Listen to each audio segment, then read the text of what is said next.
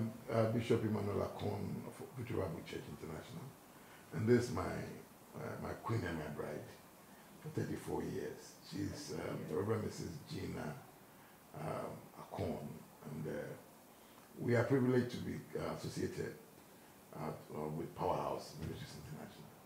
I believe that for some years past, I cannot figure out exactly when, but a friend of mine, who is also a friend to the ministry, the Reverend Daniel Chumesi, spoke to me about Powerhouse. At that time, I believe that the Reverend Bernard was not in town. So it was a program at Avenida where I first got to meet the Reverend Cynthia Adiakwa Antimansa. And from that point, then another Avenida program. Then at that time, I think Bernard had come, Pastor Bernard had come. And so then it started from there, and that's where we are now. So from there, I got to be invited to the church and then it was at the school classroom. Yeah, it was in the classroom, and so that is where I visited them first, somewhere in I think Mamprobi, a cluster of schools. So that's where we got to go, and then from there one thing led to another, and we're still here. I think we're even there when they had their first meeting on where they are now, where they had the first meeting, and then the sword cutting for the auditorium. So we've been around for a while, and we are excited to know that Powerhouse Ministries International is a planting of the Lord, and so whatever the Lord do, it shall be forever. We are not surprised to see 25 years and where God has brought Powerhouse. God placed them in Choco. God was in the move of changing lives.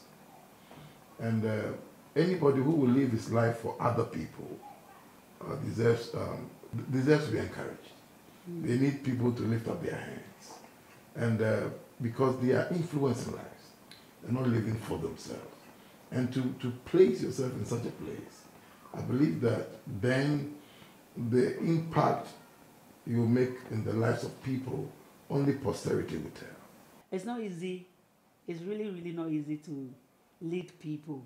And for that matter, to say that God called you to come and lead other called of God. For them to believe in you, for them to trust what you say, that God is saying it and all that, it's not been easy. But I believe that God, knowing what He called them to do, has graced them and has brought them this far. I'm very happy for them.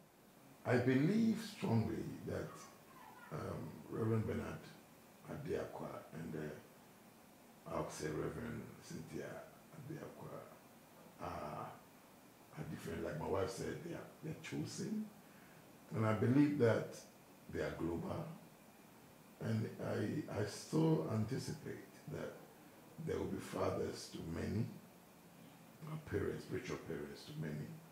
And so I see their footprints going across the nations, because the emphasis of ministry looks like raising men and discipling people.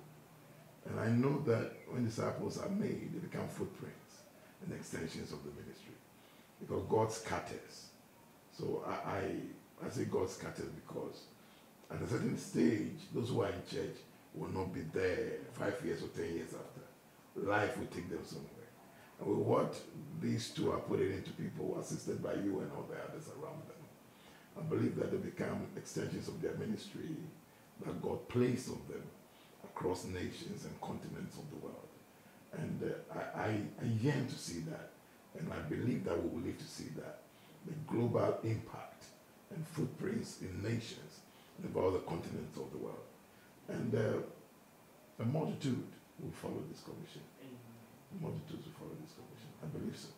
And their impact would not be amongst the elite, but they will pick people from the ordinary streets and make them great in society.